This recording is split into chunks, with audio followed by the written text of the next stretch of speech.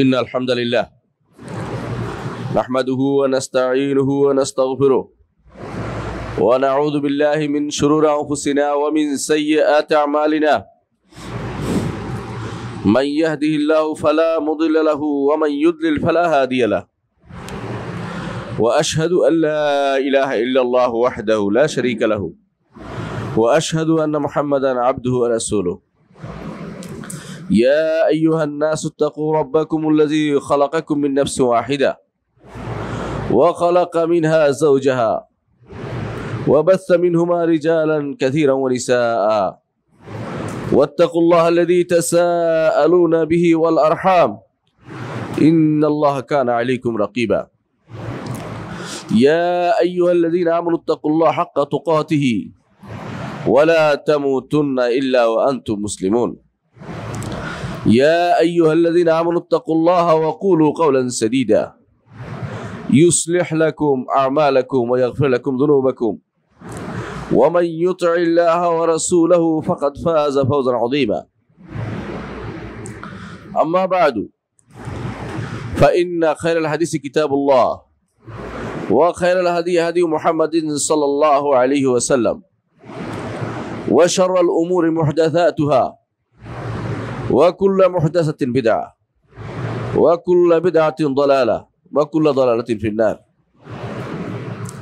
أيها الناس اتقوا الله فالتقوى ملاك الحسنات واعلموا أن الله عز وجل أمركم بالتقوى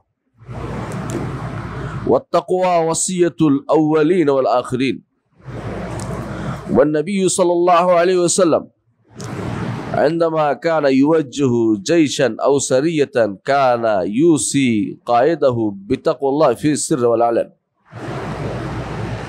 فتقوى الله يدخلك الجنة وينجيك من المتاعب ويجعلك من الفائزين সম্মানিত মুসল্লিয়ান কিরাম, আমি আমার নিজেকে এবং আপনাদের সবাইকে অনুরোধ জানাচ্ছি আল্লাহর তাকওয়া অবলম্বন করার জন্য। যেই তাকওয়া অবলম্বন করলে দুনিয়া এবং আখিরাতে আমরা নাজাত পাবো। দুনিয়াতে আল্লাহ তাআলা যে কোনো বিপদ থেকে আমাদের উদ্ধার করবেন। আল্লাহ তাআলা বলেছেন ওয়া মাইয়াত্তাকিল্লাহ ইয়াজআল লাহু মিন আমরিহি ইউসরা। যে কেউ আল্লাহর উপর তাকওয়া অবলম্বন করবে ইয়াজআল লাহু মাখরাজান, আল্লাহ তাআলা তার জন্য তাকে বের করার পথ, বিভিন্ন বিপদ থেকে বের হওয়ার পথ দেখিয়ে দিবেন আর তার কর্মকাণ্ড সহজ করে দিবেন। এবং এই তাকওয়ার কারণে আল্লাহ তাআলা আখিরাতে আমাকে আপনাকে জান্নাতে দিবেন। আল্লাহ তাআলা বলে দিয়েছেন তিলকাল জান্নাতুল্লাতী নুরিসু মিন ইবাদিনা মান কানা তাকিয়া। আমার বান্দাদের জন্য, বান্দাদের মধ্যে যারা তাকওয়া অবলম্বনকারী হবে তাদের জন্য এই না জান্নাত, তাদেরকে আমি ওয়ারিশ বানাবো। জান্নাতের ওয়ারিশ হতে হলে তাকওয়া থাকতেই হবে। তাকওয়ার সর্বোচ্চ স্তর হচ্ছে ইহসান, আর মধ্যম স্তর হচ্ছে ঈমান, আর সর্বনিম্ন স্তর হচ্ছে ইসলাম। যে জিনিস না করলে ইসলামে থাকা যায় না, একজন মানুষ মুসলিম হিসাবে দুনিয়ার বুকে জীবন ধারণ করতে পারে না, সেটা হচ্ছে সালাত আদায় করা। যদি আপনি কালেমার পরে কোন জিনিসটি বেশি গুরুত্বপূর্ণ কালেমার পরে জিজ্ঞাসা করা হয়, আপনাকে অবশ্যই বলতে হবে সালাত। আপনি যখন বলেছেন আশহাদু আল্লা ইলাহা ইল্লাল্লাহ ওয়া আশহাদু আন্না মুহাম্মাদার রাসূলুল্লাহ, এর অর্থ হচ্ছে এই ঘোষণার মাধ্যমে আপনি একটি বিশাল জগতে প্রবেশ করেছেন। এর আগে যা করতে পারতেন এখন আর তা করতে পারবেন না। আপনি একজনের দাসত্ব গ্রহণ করেছেন, তার কথা শুনতে হবে। তার প্রথম কথা হচ্ছে সালাত আদায় করা। রাসূলুল্লাহ সাল্লাল্লাহু আলাইহি ওয়াসাল্লাম যখন মুআয ইবনে জাবাল রাদিয়াল্লাহু আনহুকে ইয়েমেনে পাঠালেন, তখন তিনি তাকে বললেন আউয়ালু মা তাদউ ইলাইহি শাহাদাতু আল্লা ইলাহা ইল্লাল্লাহ। প্রথম তাদেরকে যে দিকে আহ্বান জানাবে তা হচ্ছে একমাত্র আল্লাহর ইবাদত করতে, তাওহীদ প্রতিষ্ঠা করতে, আল্লাহ ছাড়া কোনো ইলাহ নেই সেটা প্রতিষ্ঠা করতে প্রথম পাঠাবে। তারপর ফাইন আজাবু লিযালিকা, যদি তারা তোমার এই ডাকে সাড়া দেয়, ফাআলিমহুম, তাদেরকে জানিয়ে দাও, আল্লাহ ইফতারাদা আলাইহিম খামসা সালাওয়াতিন ফিল ইয়াউমি ওয়াল লাইলা, আল্লাহ তাআলা তাদের উপর 5 ওয়াক্ত সালাত ফরজ করে দিয়েছেন। কালেমার পরে প্রথম কাজ হচ্ছে সালাত আদায় করা। এই সালাত যতক্ষণ পর্যন্ত আপনার আমার প্রতিষ্ঠিত না হবে, আপনি কালেমার দাবি নিয়ে জান্নাতে প্রবেশ করতে পারবেন না। অনেকে মনে করে থাকে, রাসূলুল্লাহ সাল্লাল্লাহু আলাইহি ওয়াসাল্লাম বলেছেন যে মান কানা আখিরু কালামি লা ইলাহা ইল্লাল্লাহ দাখালাল জান্নাহ, যার সর্বশেষ কথা হবে লা ইলাহা ইল্লাল্লাহ, জান্নাতে প্রবেশ করবে। তাহলে এত কথা কিসের?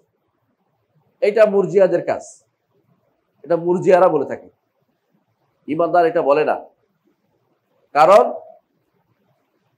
এক তাবেঈকে জিজ্ঞাসা করা হয়েছিল, যদি লা ইলাহা ইল্লাল্লাহ বললেই জান্নাতে প্রবেশ করা হয়, তাহলে এত সালাতের কি দরকার? সালাতের দরকার কি? যাকাতের দরকার কি? হজের যাকাত কি? হজের দরকার কি?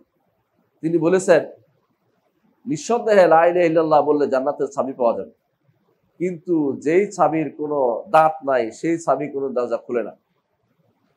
তুমি এমন একটা চাবি পেয়েছো যার মধ্যে কোনো দাঁত নেই, যদি সেই দাঁতটি যথাযথভাবে কাজে লাগানো হয় তো দরজাটা খুলবে না। জান্নাতে যেতে হলে সালাত লাগবেই। ওই ব্যক্তির জন্য লাগবে না যে পায় নাই, সময় পায় নাই, এই মুহূর্তে ইসলাম গ্রহণ করেছে, আবার কিছুক্ষণ পর মারা গেছে, এরকম কথা আলাদা। জীবন ধারণ করেছে কিন্তু সালাত পড়ে নাই, জান্নাত যেতে পারবে না। রাসূলুল্লাহ সাল্লাল্লাহু আলাইহি ওয়াসাল্লাম এক জিহাদে ছিলেন। এক লোক এসে বলল, ইয়া রাসূলুল্লাহ, যদি আমি ইসলাম গ্রহণ করি, আমি কি জান্নাতে প্রবেশ করতে পারবো? বলে, হ্যাঁ। ইসলাম গ্রহণ করছে আর শাহাদত শহীদ হয়ে গেছে আল্লাহর রাস্তায়, জান্নাতে প্রবেশ করতে পেরেছে। এটা এই জন্য যে তার সালাতের টাইম হয় নাই, কিন্তু সালাতের সময় এসেছে, সালাত পড়বে না, এটা গ্রহণযোগ্য না। ইমানদারের জন্য সালাত ম্যান্ডেটরি, বাধ্যতামূলক। এই নয় যে ইমানদার হয়েছে বলে হয়ে গেছে, তা নয়। সে যে ইমানদার তার বাহ্যিক প্রমাণ হবে সালাতের মাধ্যমে। একজন মানুষের ঈমান অন্তরে থাকে, দেখা যায় না, দেখা যাবে বাইরে। এই জন্য আল্লাহ তাআলা কোরআনে কারীম বলেছেন, ওয়ামা কানাল্লাহু লিইউদিআ ঈমানাকুম ইন্নাল্লাহা বিন-নাসি লারাউফুর রাহিম। আল্লাহ তাআলা তোমাদের ঈমান নষ্ট করতে চান না। সেই ঈমানের ব্যাখ্যা সমস্ত মুফাসসিরিনরা একমত যে এর দ্বারা সালাত বোঝানো হয়েছে। কারণ কিছু মানুষ বাইতুল মাকদেসের দিকে ফিরে সালাত আদায় করেছিলেন, ইতিমধ্যে কিবলা পরিবর্তন হয়ে গেছে, কিন্তু তারা তো মরে গেছেন, সালাত আদায় করে মরে গেছেন। তখন বলা বলি আরম্ভ করলো, কিছু মুনাফিকরা বলতে আরম্ভ করলো, হায় রে, অমুক তো মরে গেছে, সে তো কাবার দিকে ফিরে সালাত আদায় করে নাই, তার কি হবে? আল্লাহ তাআলা আয়াত নাজিল করে বুঝিয়ে দিলেন যে না, ওয়ামা কানাল্লাহু লিইউদিআ ঈমানাকুম, আল্লাহ তোমাদের ঈমান বিনষ্ট করবেন না। সালাতকে ঈমান নামকরণ করা হয়েছে। ইমাম বুখারী রাহমাতুল্লাহ এই জন্য তার কিতাবে সহিহ বুখারীতে বাবুন আস-সালাতু মিনাল ঈমান একটা অধ্যায় বিন্যাস করেছেন। জেনে রাখো, আস-সালাত মিনাল ঈমান, সালাত অবশ্যই ঈমানের অংশ। এই জন্য সালাতের গুরুত্ব এত বেশি, যে ব্যক্তি সালাত পালনকারী তার ব্যাপারে অনেক কিছুতে ছাড় দেয়া যায় ইসলামে। আমাদের শেখ আব্দুল আজিজ বিন বাজ রাহিমাহুল্লাহ, তাকে এক লোক আরেকজনের বদনামি করতেছে তার কাছে, বলছে লোকটা এরকম এরকম এরকম এরকম। তখন তিনি বললেন, ইউসাল্লি, সালাত আদায় করে? বলেন না, হ্যাঁ সালাত আদায় করে। কি খায়ের কাসির, তাহলে অনেক কল্যাণ আছে তার মধ্যে। ওনার গীবতটাকে কাঁধে নিলেন না, ওরা বুঝিয়ে দিলেন লোকটা সালাত আদায়কারী কিনা। যদি সালাত আদায়কারী হয় তাহলে তার অনেক কিছুই ছাড় আছে, আল্লাহ তাআলা তাকে ছাড় দিবেন, আমি কেন ছাড় দিব না? হাদিসে আছে রাসূলুল্লাহ সাল্লাল্লাহু আলাইহি ওয়াসাল্লাম বলেছেন, হাশরের মাঠে একজন মানুষকে নিয়ে প্রত্যেকটি মানুষকে জিজ্ঞাসা করা হবে সালাত সম্পর্কে। যদি সালাত তার পূর্ণ হয়ে যায়, পরবর্তী সহজ হয়ে যায়। সালাত অপূর্ণাঙ্গ থাকলে জিজ্ঞাসা করা হবে তারপর নফল সালাত আছে কিনা, সেগুলো এনে সালাতটাকে পূর্ণ করা হবে। সেইগুলো দিয়ে যদি পূর্ণ হয়ে যায় তাহলে তার পার পেয়ে যাবে, আর যদি কোনো সেগুলো দিয়েও পূর্ণ না হয় আটকা পড়ে যায়। এই জন্য সালাত হচ্ছে জীবনের বড় সম্পদ, যেই সম্পদ আমি কোনোদিন চিন্তা করেও মানে কল্পনা করতে হবে আল্লাহর রহমত হিসেবে আমাদের কাছে আসছে, নাহলে আমরা বুঝতে পারতাম না কিভাবে আল্লাহর কাছে নাজাত পেতে হয়। এই সালাত হচ্ছে আপনাকে আমাকে অন্যের দাসত্ব থেকে মুক্ত করবে। কিভাবে বুঝালাম? সালাতের মধ্যে একটা দাসত্ব আছে, তাই না? আমরা দাস হিসাবে সেজদা করতেছি, এর চেয়ে বড় বিনয় আর কিছু হতে পারে না। আমি আমার 7 অঙ্গ নিয়ে চিন্তা করতেছি। মাথার কপাল লাগাচ্ছি মাটিতে, 2 হাত লাগাচ্ছি, 2 হাঁটু লাগাচ্ছি, 2 পায়ের আঙ্গুলগুলোর পেট লাগাচ্ছি। এভাবে আমি দাসত্ব প্রকাশের সর্বোচ্চ নমুনা পেশ করতেছি। তারপরেও বলতেছি কেন যে এই দাসত্বের মধ্যে মুক্তি রয়েছে। এই দাসত্ব আমাদের জন্য স্বাধীনতা দিয়ে আসে। পৃথিবীর তাবৎ মানুষ স্বাধীনতা চায়, স্বাধীনতা চায়। এমনকি পশু পাখিও স্বাধীনতা চায়। আপনি যদি গরু ছেড়ে দেন, দেখবেন দুনিয়া ঘুরে বেড়াচ্ছে।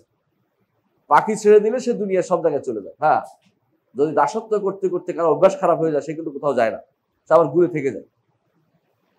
কিন্তু দুনিয়ার মানুষ সবাই স্বাধীনতা চায়, কিন্তু স্বাধীন হতে পারবে না। কারণ আমি দাস। এই দাসত্ব আমার অর্জন। এই দাসত্ব করে আমাকে পাঠানো হয়েছে দুনিয়াতে। ওমা খালাকতুল জিন্না ওয়াল ইনসা ইল্লা লিয়াবুদুন। দাসত্ব করার জন্য পাঠানো হয়েছে। দাসত্ব থেকে মুক্তি হতে পারবেন না, মুক্তি নিতে পারবেন না। কিছু মানুষ মনে করতে পারে যে আমরা সবকিছু থেকে মুক্তি হয়ে গেছি। না, সবকিছু মুক্তি হয় না। মানুষ মাত্রই যেহেতু তার বিভিন্ন কারণ দাসত্ব করতে হয়। কেন জানেন? বড় কারণ হচ্ছে এটা, তার মধ্যে ফকরুন জাতীয়। ইমাম ইবনে তাইমিয়া রাহমাতুল্লাহ আলাইহি বলেন, লিআন্নাল ফকরা জাতীয়। কারণ আমার মধ্যে অভাব বোধটা সত্তাগত, মজ্জাগত। আমার অভাব আছে। আমি অসুস্থ হলে চাই যেন আমার সুস্থ হই।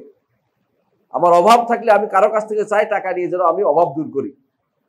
আমি কোনো সমস্যা থাকলে সমস্যা থেকে মুক্ত হতে চাই। অবস্থা এমন দাঁড়ায় যে আমি কোনো এক মুহূর্তের জন্য কিন্তু দাসত্ব থেকে মুক্ত হতে পারিনি, যতই চিন্তা করুক না কেন। যত বড় স্বাধীনতার নামে যারা আজ দুনিয়া ঘুরে বেড়াচ্ছে, অমুক স্বাধীনতা, তমুক স্বাধীনতা, বাক স্বাধীনতা, এই স্বাধীনতা, ওই স্বাধীনতা, এগুলো মুখের কথা। স্বাধীন কেউ আমরা নই। আমাদেরকে আল্লাহ দাস করেই পাঠিয়েছেন। কারণ আমরা কখনো সমাদ নই। সমাদত্ব অমুখাপেক্ষী নই। সবাই আমরা মুখাপেক্ষী কোনো না কোনো কাজে। এমনকি কখনো কখনো আপনি ঘর দৌড় সাফ করার জন্য একটা ছোট্ট মানুষের মুখাপেক্ষী, কাজের মানুষের মুখাপেক্ষী। একটা ইনজেকশন দেওয়ার জন্য একটা নার্সের মুখাপেক্ষী, যে একটা ইনজেকশন দিবে আমাকে। কত কিছুর মুখাপেক্ষী আপনি। আপনি দুনিয়ার বুকে রাতের বেলা একটা ঘরের মুখাপেক্ষী, 10-20 মিনিট পরে মাত্র 1 ঘন্টা পরে একটা বাথরুমের মুখাপেক্ষী। আপনি স্বাধীন হন কি করে? আপনি স্বাধীনতা শুধু আপনার মুখের কথা। আসলে আপনি স্বাধীন হতে পারেন না, স্বাধীন হতে পারে না কোনো মানুষ। কারণ দাস করেই পাঠানো হয়েছে। অভাব বোধ আমার সারা জীবনে, ছোট কাল থেকে মায়ের কাছে বন্দী ছিলাম। মা যেভাবে চালিয়েছে সেভাবে বড় হয়েছে। সাফ না করে দিলে আমার পক্ষে সাফ হওয়া সম্ভব ছিল না, না খাইয়ে দিলে খাওয়া সম্ভব ছিল না। এখন পর্যন্ত, মৃত্যু পর্যন্ত, বৃদ্ধ হইলে আরো বেশি অভাব বোধ আমার আসবে, যে কেউ আমাকে উঠে দেখ বিছানা থেকে, কেউ আমাকে বাথরুমে নিয়ে যাক, আরো কষ্ট হবে। অভাব বোধ আমার সারা জীবনের একটা অর্জন, যেটা আল্লাহ আমাকে দিয়ে দিয়েছে। এই অভাব বোধ দূর করার জন্য আমরা বহু মানুষের দ্বারস্থ হই। যে ব্যক্তি আল্লাহর কাছে দ্বারস্থ হয় সে তাওহীদবাদী। আর যে ব্যক্তি দুনিয়ার বিভিন্ন জিনিসের কাছে, বিভিন্ন ব্যক্তির কাছে, কবরের কাছে, মাজারের কাছে, অথবা তথাকথিত কোন নেতার কাছে দ্বারস্থ হবে, তারা সবাই কিন্তু আল্লাহ ছাড়া অন্যের ইবাদতকারী। কিন্তু একমাত্র যে ব্যক্তি আল্লাহ তাআলার ইবাদত করবে, তাকেই ভয় করবে, তার কাছে সবকিছু চাইবে, তার ব্যাপারে আল্লাহ সুসংবাদ দিয়েছেন। কি বলেছেন? আম্মা মান খাফা মাকাম রাব্বিহি ওয়া নাহান নাফসা আনিল হাওয়া ফা ইন্নাল জান্নাতা হিয়াল মাওয়া। যে ব্যক্তি তার রবের সামনে দাঁড়াতে হবে এই ভয়টি করে, যে হাসরের মাঠে আর কোথাও না, প্রত্যেকটি মানুষকে রবের সামনে দাঁড়াতে হবে। রাসূলুল্লাহ সাল্লাল্লাহু আলাইহি ওয়াসাল্লাম বলেছেন, মা মিনকুম মিন আহাদিন ইল্লা সায়ুকাল্লিমুহু রাব্বুহু লাইসা বাইনাহু ওয়া বাইনাহু তারজুমান। তোমাদের প্রত্যেকটি মানুষ তার রবের সামনে দাঁড়াতে হবে। তার মাঝে আর আল্লাহর মাঝে কোনো অনুবাদকারী থাকবে না, অনুবাদকারী লাগবে না। আপনি প্রশ্ন করবে, আপনি উত্তর দিতে হবে। আপনাকে আপনি কি করেছেন উত্তর দিতে হবে। সে অবস্থার কথা চিন্তা করে যে ব্যক্তি নাফসা আনিল হাওয়া, প্রবৃত্তির চাহিদা থেকে, প্রবৃত্তির চাওয়া থেকে নিজেকে বিরত রাখতে পারবে, ফা ইন্নাল জান্নাতা হিয়াল মাওয়া, জান্নাতে সে ব্যক্তি যেতে পারবে।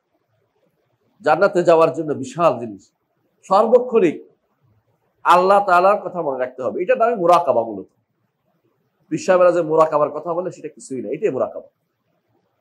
এটা হচ্ছে আপনি প্রত্যেকটা কাজের সামনে ধরবেন আর বলবেন যে আল্লাহর সামনে এটার জন্য বিচার বিচার আমার হিসাব দিতে হবে। আপনি গাড়ি চালাচ্ছেন আর জন্য কষ্ট দিচ্ছেন, এটাও হিসাব দিতে হবে। আপনি পরিবারকে কষ্ট দিচ্ছেন, এটার হিসাব দিতে হবে। কোন পরিবারের মেয়ে স্বামীকে কষ্ট দিচ্ছে, এটার হিসাব দিতে হবে। আপনি যখন বলেন যে এই চিন্তা করেন যে আল্লাহর সামনে আমাকে এটার হিসাব দিতে হবে, তখনই আপনি ছোট হয়ে যাবেন যে আমার 100 জনের সামনে দাঁড়াতে হবে। এই জন্য আপনার জন্য জান্নাত রয়েছে। আর যে ব্যক্তি এই ভয়টা ভালো করে আনতে পারবে, বেশি করে, আল্লাহ তাআলা 2টি জান্নাতের ওয়াদা করেছেন। কি বলেছেন? ওয়ালিমান খাফা মাকাম রাব্বিহি জান্নাতা।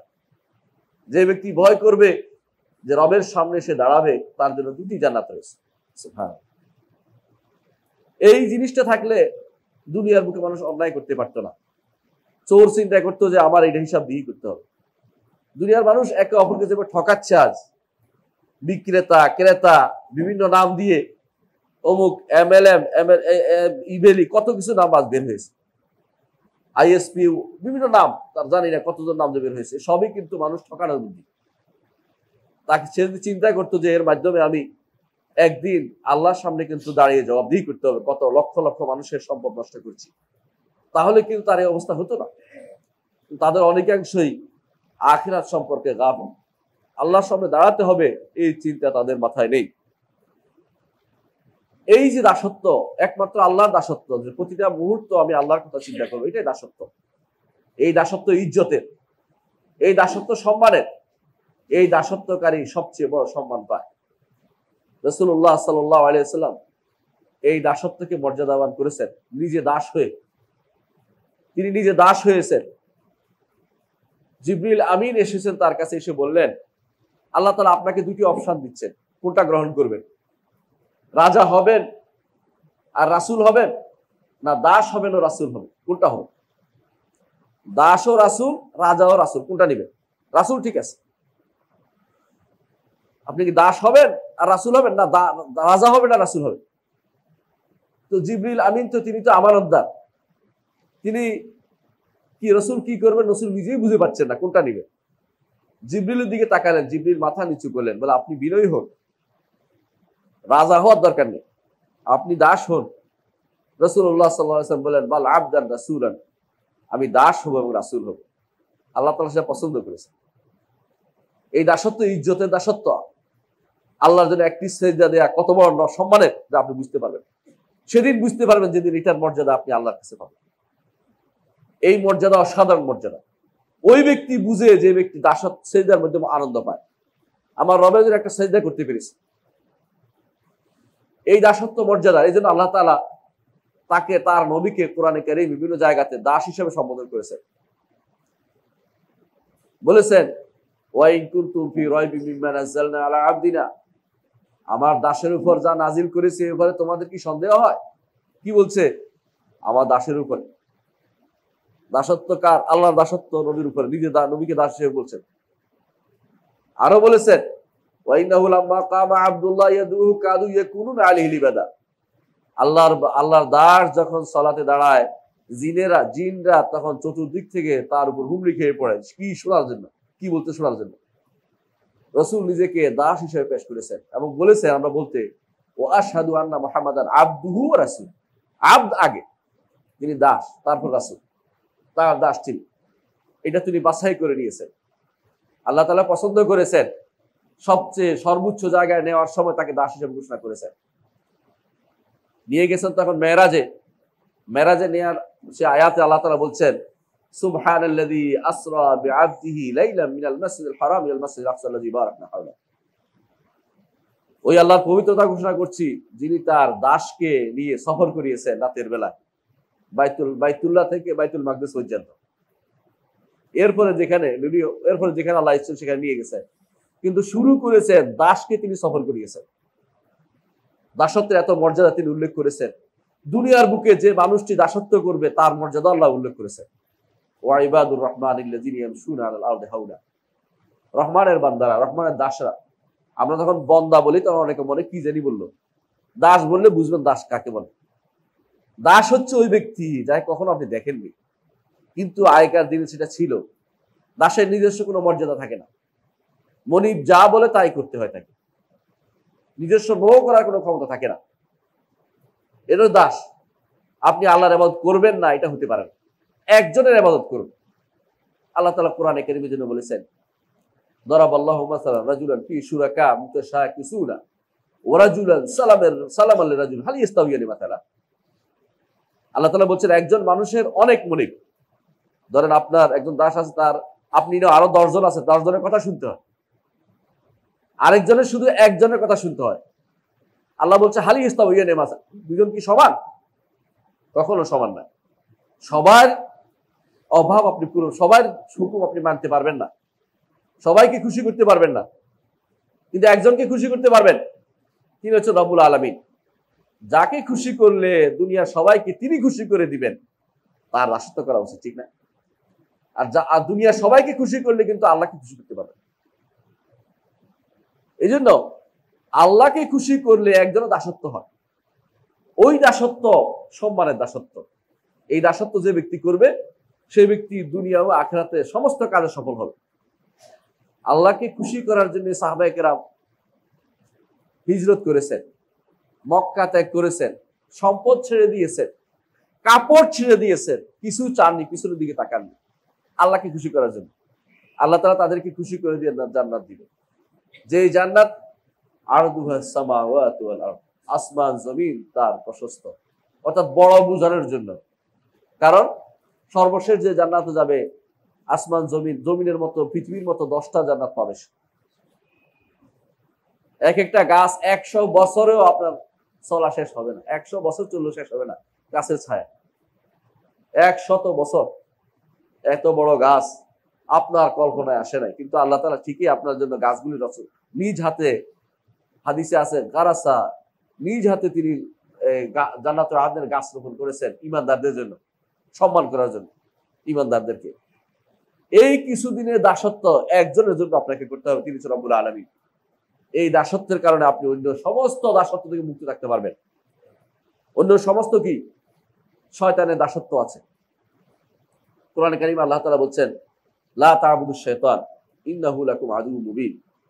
হে ঈমানদারগণ, তোমরা শয়তানের দাসত্ব করো না, সে তোমাদের স্পষ্ট শত্রু। স্পষ্ট শত্রু কি সন্দেহ আছে? সন্দেহ নাই। সে আপনাকে আমাকে নিয়ে জাহান্নামে যেতে চায়, আপনাকে আমাকে নিয়ে জাহান্নামে যেতে চায়। হাসরের দিন সে চিৎকার করে বলবে যে আমি তোমাদেরকে ডেকেছিলাম, ইন্নাল্লাহু ওয়াদাকুম ওয়াদাল হক, আল্লাহ তোমাদেরকে হক ওয়াদা করেছে। আল্লাহ ওয়াদা কি? জান্নাত। ওয়া ওয়া'আদতুকুম ফাআখলাফতুকুম, আমি তোমাদের ওয়াদা করেছি, খেলাফ করলাম, কি করবে এখন? কিছু করার আছে? কিছু করার নেই। আমি তোমাদের ওয়াদা করেছিলাম এই দিব সেই দিব, কিছু দিব, কিছু হয়নি। ওয়া মা কানা লিয়া আলাইকুম মিন সুলতানিন, তোমাদের উপর আমার কোনো বড় ধরনের কোনো ইয়া ছিল না, ক্ষমতা ছিল না। ইল্লা আন দাআউতুকুম লিফাস্তাজাবতুম, আমি তোমাদেরকে ডাকছি, আমার দিকে তোমরা সাড়া দিছো। ওয়ালা তালুমুনি লুমু আনফুসাকুম, নিজেকে তোমরা তিরস্কার করো, আমাকে তিরস্কার করবে না। ইন্নী কাফারতু বিমা আশরাকতুমুনি মিন ক্বাবল, আমি তো আগেই কুফরি করেছিলাম, তোমরা জেনেছিলে যে আমি কাফের, তারপর আমার পিছে হাসছো কি জন্য? এই কথা বলে সে তার বাহিনী নিয়ে জাহান্নামে যাবে। শয়তান দুনিয়ার বুকে চায়, বলেছিল লা আহতানিকান্না যুররিয়াতাহু ইল্লা কালিলা, বনি আদমের প্রত্যেকটি মানুষকে আমি বিভ্রান্ত করব, নষ্ট করে দেব, গলা চিপে মেরে ফেলবো, 2-1 জন ছাড়া। ইল্লা ইবাদাকা মিনহুল মুখলাসিন, আপনার খালেস বান্দা ব্যতীত সবাইকে আমি বিভ্রান্ত করব। এই খালেস বান্দারা একমাত্র আল্লাহর দাসত্ব করে, আর যারা আল্লাহর দাসত্ব না করে, দাসত্ব করতেই হবে, কারণ দাস হিসেবে সে দুনিয়াতে আসছে, তখন সে শয়তানের দাসত্ব করে। আল্লাহ তাআলা কোরআনে কারীমে বলেছেন, ইন্নামা ইয়াদউ হিজবাহু লিয়াকুনু মিন আসহাবিস সাঈদ, শয়তান এবং তার দলের লোকেরা তোমাদেরকে ডাকছে যাতে জাহান্নামবাসী হয়। সেই জাহান্নামবাসী হওয়ার জন্য তার ডাকে যখন সাড়া দিব, আমি তো আসলে তারই ইবাদত করলাম। কোরআনে কারীমে আল্লাহ তাআলা বলছে, আল্লাহ তা'বুদুশ শাইতান, আল্লাহ তাআলা তোমাদের অঙ্গীকার নিয়েছেন যে তোমরা যেন শয়তানের দাসত্ব না করো। ইন্নাহু লাকুম আদুউম মুবিন, সে তোমাদের স্পষ্ট শত্রু। কিন্তু আমরা আল্লাহর দাসত্ব যখনই ছেড়ে দেব, শয়তানের দাসত্বে পড়ে যাব। আর কিসের দাসত্ব করি? আন-নাফসুল আম্মারা বিসসু। আন-নাফসুল আম্মারা বিসসু। নফস তিন প্রকার। তিন প্রকারের আত্মা আছে মানুষের ভিতরে। তিনটা আত্মা নয়, তিন প্রকার।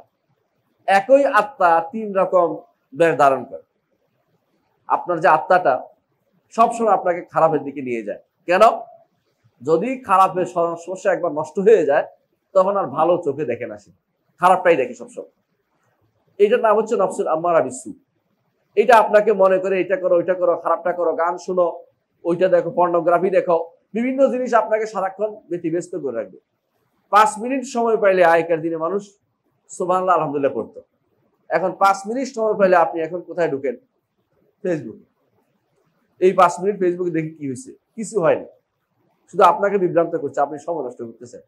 আচ্ছা, আপনি সুবহানাল্লাহ আলহামদুলিল্লাহ পড়লে আপনি আল্লাহর কাছে প্রিয় হতে পারতেন, কিন্তু এটা না করে আপনি এই সময়টা নফসে আম্মারা বিসসু, আপনার মন যেভাবে চাচ্ছেন সেভাবে চলছে। জাহান্নামে যাওয়ার জন্য বেশি কিছু করা লাগবে না, মন যেভাবে বলে সেভাবে চললে আপনি জাহান্নামে চলে যেতে পারেন। কিন্তু জান্নাতে যেতে হলে আপনাকে অনেক কিছু করতে হবে। জান্নাতে যেতে হলে আপনাকে ঈমান আনতে হবে, আমল সালেহ করতে হবে, সালাত আদায় করতে হবে, আল্লাহর কথা শুনতে হবে, আল্লাহর বিধান মানতে হবে, সবকিছু করতে হবে। কারণ আলা সিলাতুল্লাহ গালিয়া, আল্লাহর পণ্য যে অনেক মূল্যবান।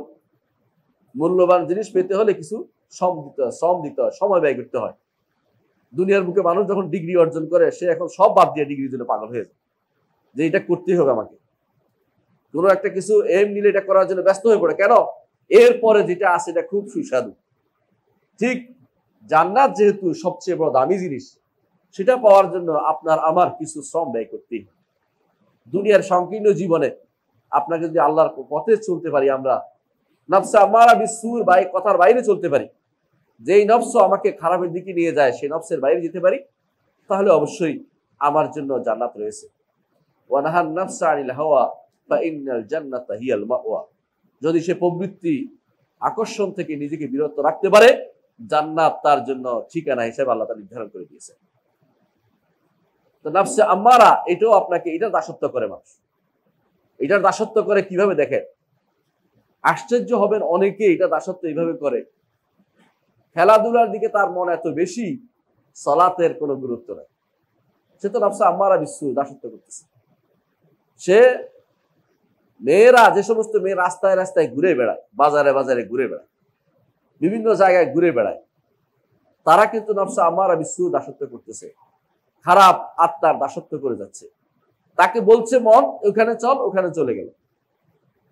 মন বলছে ওখানে চল, চলে গেল। নফসে আম্মারা বিসসু, খারাপ আত্মার দাসত্ব সে করে যাচ্ছে। অথচ যদি আপনি খারাপ আত্মার দাসত্ব ত্যাগ করতে পারতেন, কখন করতে পারবেন? দ্বিতীয় আত্মায় রূপান্তরিত হবে আপনার আত্মাটা। সেটা কি? নফসে লাওয়ামাতে রূপান্তরিত হবে। যখন আপনি অন্যায় হলে তিরস্কার করবেন, আল্লাহর কাছে ক্ষমা চাইবেন, আল্লাহ আমার ভুল হয়ে গেছে, তওবা করি, আল্লাহ আমি ক্ষমা চাচ্ছি, তখনই আপনার এই আত্মাটাই দ্বিতীয় আত্মায় রূপান্তরিত হবে। সেটা হবে নফসে লাওয়ামা। আল্লাহ তাআলা এই নফসের প্রশংসা করেছেন, এই নফসের শপথ করেছেন, বলেছেন ওয়ালা উকসিমু বিন নফসিল লাওয়ামা। নফসিল লাওয়ামা তিরস্কারকারী আত্মা। এটা নফসে আম্মারা থেকে উত্তীর্ণ হওয়া, ভালোর দিকে যাওয়া। কোনো মানুষ আছে অন্যায় করতে করতে তার মধ্যে ভালো কিছু আসে না, অন্যায়টা তার কাছে সহজ হয়ে গেছে। আপনি যখন আপনার সম্পদ চুরি করে নিয়ে যাচ্ছে, আপনি দেখতে পাচ্ছেন, কান্নাকাটি করছেন, তার চোখ গলবে না, তার মন গলবে না, কারণ তার নফসে আম্মারা তার উপরে প্রভাব বিস্তার করে রেখেছে। কিন্তু যখন তার মধ্যে অন্তরাত্মা কেঁপে উঠবে, ভয় হচ্ছে, ভয় পাবে, তখন সে ডাকাতি ত্যাগ করবে, মারামারি ত্যাগ করবে, হানাহানি ত্যাগ করবে। এটা নফসে লাওয়ামা।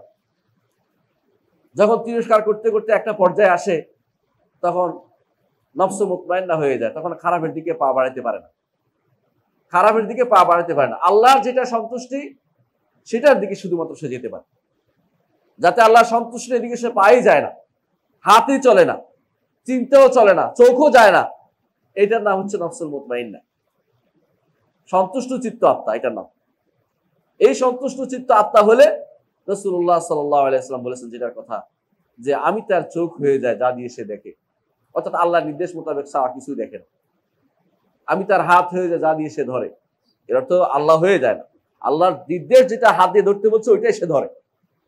আমি তার পা হয়ে যায় যেদিকে সে চলে, এর অর্থ হচ্ছে তিনি যেটা যেদিকে চলতে বলেছেন সেদিকে চলে, মসজিদের দিকে চলে, ওই ইয়ার দিকে, সিনেমা হলের দিকে যায় না, গুনার কাজের দিকে যায় না। এটাই হচ্ছে এই আয়াতের তাফসীর, সমস্ত এই হাদিসের তাফসীর সমস্ত মুফাসসিররা করেছেন। কিছু কিছু পথভ্রষ্ট মানুষ আছে যারা এর তাফসীর করে যে আল্লাহ হয়ে যায় কিছু মানুষ, নাউযুবিল্লাহ। এগুলো শিরকীয় ব্যাখ্যা, যে ব্যাখ্যা কোনোদিন কোনো ইমাম করেননি, শুধুমাত্র নিজের মন মতো ব্যাখ্যা করে যাচ্ছে। এটাও নফসে আম্মারা বিসুর কাজ, এটা নফসে আম্মারা বিসুর কাজ। খারাপ আত্মা আপনাকে বিভ্রান্ত করে, নিজের মনের মতো করে কোরআন এবং হাদিসের তাফসীর করে ব্যাখ্যা করে। এরা নিজে যা মনে চায় তা দিয়ে ব্যাখ্যা করছে এবং উন্নত সুর এবং স্বর দিয়ে আপনাকে পাগল করছে। কিছু মানুষ আছে সেরকম, ভালো সুর এবং স্বর পাইলে আপনি পাগল হয়ে যান, ভালো কথা বলছে, কিন্তু সেই কথাটা যে কোরআন সুন্নাহর বিরোধী, এটা আপনাকে কেমনে বুঝায়? কিভাবে আমি বুঝাবো যে সে ভুল বলতেছে, সে মিথ্যা ব্যাখ্যা করতেছে কোরআন সুন্নাহর, এটা কিভাবে আপনাকে বুঝাবো? এটা নফসে আম্মারা বিসুর কারসাজি, আর কিছু না। একজন মানুষ যখন এই জায়গায় চলে যায়, যখন নিজের মন মতো কোরআন হাদিসের ব্যাখ্যা করে, তখন এটা নফসে আম্মারা বিসুর। এ থেকে এই দাসত্ব, এটা একটা দাসত্ব। এই দাসত্বকে বাঁচতে হলে সালাত আপনার জন্য বড় ধরনের রোগ নিরাময় কেন্দ্র, মনে রাখবেন। তৃতীয় যে জিনিস আপনাকে পথভ্রষ্ট করে সেটা হচ্ছে আপনার পরিবেশ, আত্মীয় স্বজন, বন্ধু বান্ধব, এগুলো আপনাকে পথভ্রষ্ট করে।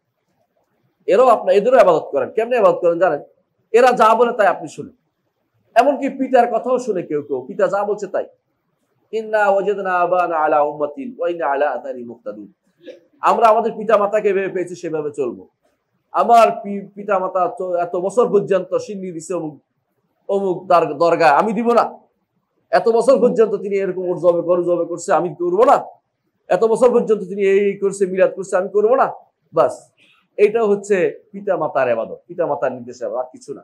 এটা আরেকটা ভাওয়া প্রবৃত্তির ইবাদত, মনে চাইলো তাই করলেন। এটা থেকে বাঁচতে হলো আপনাকে সালাতের দিকে আসতে হবে। সালাত আপনাকে একমাত্র আল্লাহর ইবাদত করতে শিখাবে, একমাত্র আল্লাহর ইবাদত করতে শিখাবে। কখনো কখনো আপনি অন্যের দাসত্ব করেন। কিভাবে করেন জানেন? আপনি আল্লাহর দাসত্ব বাদ দিয়ে এখন নেতাজিদের দাসত্ব করেন। অনেক নেতা দুনিয়াতে হয়েছে, সে ভুল করছে আপনি বুঝতে পারেন, কিন্তু আপনি ইচ্ছা করে সেই নেতার কথাই শুনবেন। অনেক সময় তা হয় কিরকম, একজন মানুষ যখন আল্লাহর ইবাদত করা ছেড়ে দেয়, সে মনে করছে স্বাধীন হয়েছে, স্বাধীনতার নাম দিয়ে সে চলেছে। স্বাধীন হয়নি সে, কারণ সে কিছুক্ষণ পর দেখবেন লেনিনের মূর্তির সামনে দাঁড়িয়েছে, অথবা সে কার্ল মার্কসের মূর্তির সামনে দাঁড়িয়েছে, অথবা তথাকথিত আরো কত রকমের দুনিয়া। তো যখন কেউ এক আল্লাহর দাসত্ব করবে না, আল্লাহ তাআলা তাকে বহু দাসত্ব বাধ্য করবে। এত দাসত্ব করবে, এত রকমের দাসত্ব করবে। আল্লাহর দাসত্ব যখন ত্যাগ করেছে, আমাদের আশেপাশের বিভিন্ন ধর্মের লোকেরা তারা তুলসী পাতার দাসত্ব করে, বট গাছের দাসত্ব করে, এমনকি তারা জিনের দাসত্ব করে। বড় রেল লাইন পাইলে ওটারও দাসত্ব করবে, তার মনে করে যে বিশাল কিছু। কারণ এক আল্লাহর দাসত্ব থেকে মুক্তি ওই কোনো ব্যক্তি পেতে পারে না। আল্লাহর দাসত্ব মুক্তি চাইলে বহু দাসত্ব দিয়ে সে বিভক্ত হবে, বহু দাসত্বের ভিতরে পড়বে। কেউ কেউ আল্লাহর দাসত্ব বাদ দিয়ে চন্দ্র সূর্যের দাসত্ব করে। আল্লাহ তাআলা কোরআনে কারীমে বলেছেন, লা তাসজুদু লিশ-শামসি ওয়া লা লিল-কমর। আল্লাহর জন্য দাসত্ব করো না, সূর্যেরও দাসত্ব করো না। আল্লাহর দাসত্ব করো, সূর্য এবং চন্দ্রের দাসত্ব করো না। সূর্য এবং চন্দ্রের দাসত্ব করো না, কারণ তো এরা আমারই সৃষ্টি। যে আল্লাহ এদেরকে সৃষ্টি করেছেন তাদের দাসত্ব করো। এর অর্থ হচ্ছে একজন মানুষ যখন সূর্যের দেবতার পূজা করে, চন্দ্র দেবতার পূজা করে, আকাশের দেবতার পূজা করে, সে এক আল্লাহর দাসত্ব বাদ দেওয়ার কারণে আল্লাহ তাআলা তাকে শাস্তি দিচ্ছেন। বহু দাসত্ব। এখন আকাশের যত 33 দেবতা, বেদের 33 দেবতা, সেটার ইবাদত করতো আকাশের সেগুলো। এরপরে তারা 33 কোটি দেবতার ইবাদত করতে শুরু করেছে, কারণ সেটা তারপরে এসে আকাশের দাওয়াত বাদ দিয়ে নিচের দিকে দেবতার পূজা আরম্ভ হয়েছে। এবং সেখানে ইঁদুরের পূজা হয়, ইঁদুরের পূজা। বিশ্বাস করেন, আমি একবার ইঁদুরের জন্য ওষুধ কিনতে গেছি এক দোকানে। ওখানে এক ব্যক্তি বসে আমার পরে ভালো করে একটা নসিহত ঝাড়লেন। বলতে ইঁদুর অত্যন্ত ক্ষিপ্র প্রাণী, কাজ করতে পারে অত্যন্ত। এদের আমরা পূজা করি, মানে বুঝতে পারছি পরে উনি কোন ধর্মের। আপনি ইঁদুর মেরে ফেলবেন কেন? আমি বলছি আমার বাড়িতে ইঁদুরের জ্বালায় মরে যাচ্ছে, আর আপনি মেরে ফেলবেন, দুঃখ করতেছে। উনি বুঝাইতে পারলাম না যে ইঁদুর ক্ষতিকর প্রাণী, অথচ রাসূলুল্লাহ সাল্লাল্লাহু আলাইহি ওয়াসাল্লাম বলেছেন 5টি জিনিস যেখানে পাও সেখানে মারো, হালাল হোক হারাম হোক, তার মধ্যে একটি হচ্ছে ইঁদুর। অথচ উনি আমাকে পরামর্শ, ইঁদুর অত্যন্ত বুদ্ধিমান প্রাণী, ইঁদুরকে যেন হত্যা করা না হয়, মানে পরামর্শ দিচ্ছে। আলা কুল্লি হাল, যেটা বলছিলাম, যেই ব্যক্তি আল্লাহর দাসত্ব বাদ দিবে, আল্লাহ তাকে বহু দাসত্বে বাধ্য করবে। এই জন্য যেই ব্যক্তি একমাত্র আল্লাহর ইবাদত করবে, সেই ব্যক্তি এক আল্লাহর দাসত্ব করেছে, এবং সেই দাসত্বটা বাদে সে থাকতে পারবে না। আসলেই এই দাসত্ব কেন দেখেন, দাসত্ব দুই প্রকার, একটা হচ্ছে ইচ্ছাকৃত দাসত্ব, একটা হচ্ছে অনিচ্ছাকৃত দাসত্ব। আপনি আমি চেষ্টা করলেও না মরে থাকতে পারবো না, চেষ্টা করলেও অসুস্থ থেকে বাঁচতে পারবো না। অনেক সময় মানুষ সুন্দর করে নিঃশ্বাস নিতে চায়, শুয়ে যে নিঃশ্বাস নিয়ে ঘুমিয়ে যাব, দেখবেন যে নিঃশ্বাস নিতে পারতেছেন না, আপনার অভাব বোধ রয়েছে, আপনার কষ্ট হচ্ছে, আপনি চেষ্টা করলেও ওই দাসত্ব থেকে বের হতে পারবেন না। ওইটা প্রত্যেকটি বনি আদম আল্লাহ তাআলা লিখে দিয়েছে। বনি আদম মাত্রই, বনি আদম না, প্রত্যেকটি প্রাণী দাসত্ব করে। কিন্তু এই দাসত্ব আল্লাহর কাছে মূল্যবান নয়, কারণ এটা তো বাধ্যতামূলক দাসত্ব। ওই দাসত্ব আল্লাহর কাছে মূল্যবান যেটা আপনি আল্লাহর নির্দেশ শুনে যখন বলছে হাইয়া আলাস সালাহ, সালাতের দিকে আসো, সঙ্গে সঙ্গে চলে আসছেন, এসে দাঁড়িয়ে গেছেন, আল্লাহর তাকবীর ঘোষণা করছেন, সিজদায় গেছেন, এটা হচ্ছে দাসত্ব। এটা হচ্ছে মূল্যবান দাসত্ব, আল্লাহর কাছে প্রিয় দাসত্ব। এই দাসত্ব করলে আল্লাহ তাআলা আপনাকে এই দুনিয়ার সমস্ত দাসত্ব থেকে মুক্ত করে একমাত্র তার দাসত্বের কারণে জান্নাত দিবেন। এটা হচ্ছে আল্লাহ তাআলার ওয়াদা। তিনি বলেছেন যে ব্যক্তি এই দাসত্ব করে 5 ওয়াক্ত সালাত করে জান্নাত দিবেন। আমরা হাদিসটি ইনশাআল্লাহ উল্লেখ করব। আবার কিছু আছে দুনিয়ার বিভিন্ন রকমের দুনিয়ার বিভিন্ন কর্মকাণ্ডে দাসত্ব করে, দুনিয়ার বিধানে দাসত্ব করে, আল্লাহর বিধানে দাসত্ব করে। অথচ আল্লাহ তাআলা বলছেন আফা হুকমাল জাহিলিয়াতি ইয়াবগুন ওয়া মান আহসানু মিনাল্লাহি হুকমান লিকাওমিন ইউকিনুন। তারা কি তাহলে জাহিলিয়তের অন্ধকার যুগের বিধান চায়? আল্লাহর বিধানের দাসত্ব না করে তারা কি অন্ধকার যুগের চায়? অন্ধকার যুগেরটা চায়? আল্লাহর বিধানের চেয়ে উত্তম বিধান কে দিতে পারে? কেউ দিতে পারে না। কিন্তু আমরা আল্লাহর বিধানের দাসত্ব করি না, আল্লাহর হুকুম অমান্য করি, আর দুনিয়ার কোর্টের হুকুম ঠিকই মানি, কিন্তু আল্লাহর বিধান মানতে আমরা রাজি হই না। কোর্ট যদি শরিয়া বিরোধী কোনো নির্দেশনাও দেয় সেটা কিন্তু ঠিকই মানি, কিন্তু আল্লাহর বিধানটা আমরা মানতে রাজি হই না। কারণ আমরা তো আল্লাহকে দেখছি না, না দেখে নির্দেশ দিচ্ছেন সেই জন্য। কিন্তু যেদিন দেখবো সেদিন আর পিছনে ফেরার সুযোগ থাকবে না, কিছু করার সুযোগ থাকবে না। যদিও বলেন সেদিন সবাই বলবে রব্বির জিউন, আল্লাহ আমাকে ফেরত দাও, লাআল্লি আমালু সালিহান ফীমা তারাক। আমি অনেক কিছু ছেড়ে আসছি, বাড়ি গাড়ি, তারপরে জায়গা, সব এগুলি দিয়ে আল্লাহর ইবাদত করব। আল্লাহ তাআলা বলেছেন কাল্লা, কখনো নয়, আর ফিরে যাওয়ার কোনো সুযোগ নেই। ইন্নাহা কালিমাতুন হুয়া কাইলুহা, এটা একটি কথা, এই কথা সে বলবেই, গেলে আবার ফিরে যাবে। কারণ দুনিয়া এমন এক জিনিস, এমন এক জায়গা যেখানে গেলে মানুষের সব পরিবর্তন হতেই থাকে। ওই মানুষগুলো সেখানে সৌভাগ্যবান যারা একমাত্র আল্লাহর ইবাদত করেছে। রাসূলুল্লাহ সাল্লাল্লাহু আলাইহি ওয়াসাল্লাম বলেছেন তাইসা আব্দুদ দিনার, তাইসা আব্দুদ দিরহাম, তাইসা আব্দুল খামিলা, তাইসা আব্দুল খামিসা। ওই ব্যক্তির ধ্বংস হোক যে ব্যক্তি দিনারের দাস, ওই ব্যক্তির ধ্বংস হোক যে ব্যক্তি দিরহামের দাস, ওই ব্যক্তির ধ্বংস হোক যে ব্যক্তি কাপড়ের দাস, সুন্দর কাপড়ের দাস। বুঝছেন কিনা? সুন্দর কাপড়ের জন্য কত মানুষ মরে যাচ্ছে। অমুক এটা দিতে হবে, অমুকের নামে বিভিন্ন রকমের যে সমস্ত সিনেমা হলে অথবা যে সমস্ত এই নাটকের মধ্যে অমুকের যে কাপড়, সেরকম কাপড় বানিয়ে দিতে হবে। এরা সবাই কিন্তু দাসত্ব করতেছে এই কাপড়ে। দাসত্ব অর্থ কি সেজদা করে না? আমাদের মাথায় আসে সেজদা করলে শুধু দাসত্ব, তা নয়। আপনার অন্তর যেটাকে আল্লাহর বিধানের উপরে বেশি স্থান দিচ্ছে, এটা দাসত্ব হয়ে যাবে। আল্লাহর বিধানের উপরে যাকে বেশি স্থান দিবেন সে দাসত্ব করেন আপনি। কখনো কোনো স্ত্রী স্বামী দাসত্ব করে, কখনো কোনো স্বামী স্ত্রী দাসত্ব করে, কখনো কখনো মানুষ একেবারে সবচেয়ে নিকৃষ্ট ছোটখাটো জিনিসও দাসত্ব করে। ফুটবলে দাসত্ব করে। বর্তমান সময়ে ফুটবলে দাসত্ব কিভাবে করে জানেন? পুরা মাস তারা বিভিন্ন রকমের খেলা দেখে। অলিম্পিক হলে অলিম্পিক, আবার যদি আরেকটা কি জানি নাম ভুলে গেছি, সারা মাস দেখায় বিশ্বকাপ না কি জানি, ওইটা যদি কোনো হয় সারা বিশ্ব চোখ সারার দিকে দেখবে, কিন্তু সে 2 রাকাত নামাজের জন্য রাতের বেলা উঠতে রাজি না, আল্লাহর জন্য সালাতের জন্য দৌড়াতে রাজি না। সে অবশ্যই ফুটবলের দাসত্ব করছে, এটা বিশ্বাস করতেই হবে। এই দাসত্ব ফুটবলের দাসত্ব। মনে রাখবেন, যে জিনিসকে আল্লাহর চেয়ে বেশি ভালোবাসবেন সেটাই দাস হিসাবে, সেটার দাস হইতেছেন আপনি, সেটা আপনার মাবুদ হয়ে যাবে। কারণ ইবাদতের মূল হচ্ছে ভালোবাসা। আল্লাহর ভালোবাসার চেয়ে বেশি হলো কিনা এটা সবসময় খেয়াল রাখবেন। যখনই আপনার সাথে দুইটা সামনাসামনি আসবে, এখন সালাতের টাইম, এখন খেলার টাইম, আপনি কোনটাকে প্রাধান্য দিচ্ছেন একটু দেখে নেন।